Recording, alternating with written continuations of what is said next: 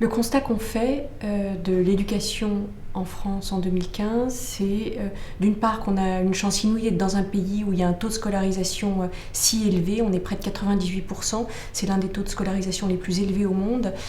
Par ailleurs, on sait par PISA qu'on est malheureusement le pays de l'OCDE qui a le plus d'écart de réussite scolaire entre les milieux les plus favorisés et les milieux les plus défavorisés. Ce qu'on voit aussi en 2015 avec la Fondation HSBC pour l'éducation, c'est qu'il y a plein de projets qui démentent ces statistiques. Alors en fait, chez HSBC, partout dans le monde, historiquement, on soutient l'éducation. La raison en est qu'on a tout intérêt à se développer dans des économies stables et qu'on est absolument convaincu que le premier outil pour assurer et une créativité des individus, une performance économique et une stabilité sociale, c'est un bon niveau d'éducation.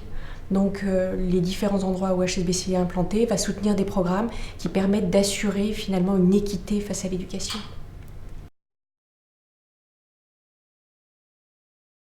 Alors on en soutient effectivement beaucoup. Là, on fête les 10 ans de la Fondation. On a soutenu plus de 145 projets, plus de 70 000 enfants, des projets qui viennent d'institutions, d'associations. Alors c'est difficile d'en choisir quelques-uns, mais pour en avoir quelques-uns emblématiques, on soutient par exemple la Fondation Égalité des chances depuis 5 ans maintenant, donc depuis l'origine, qui est une fondation qui permet aux entreprises de soutenir les projets interdisciplinaires qui sont proposés dans les internats de la réussite.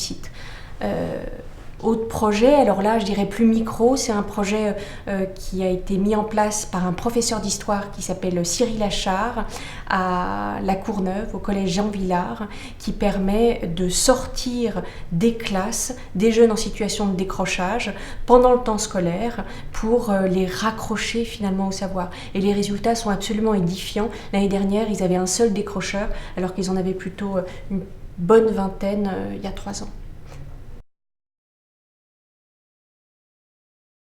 Alors en fait, je voudrais en souligner trois axes qui nous paraissent importants. Le premier, c'est vraiment de faciliter l'accès aux filières d'excellence pour les jeunes de milieux défavorisés qui en ont le potentiel. Et on soutient notamment depuis 10 ans la filière de convention d'éducation prioritaire de Sciences Po qui montre un succès absolument inouï et qu'il faut continuer à soutenir à l'avenir.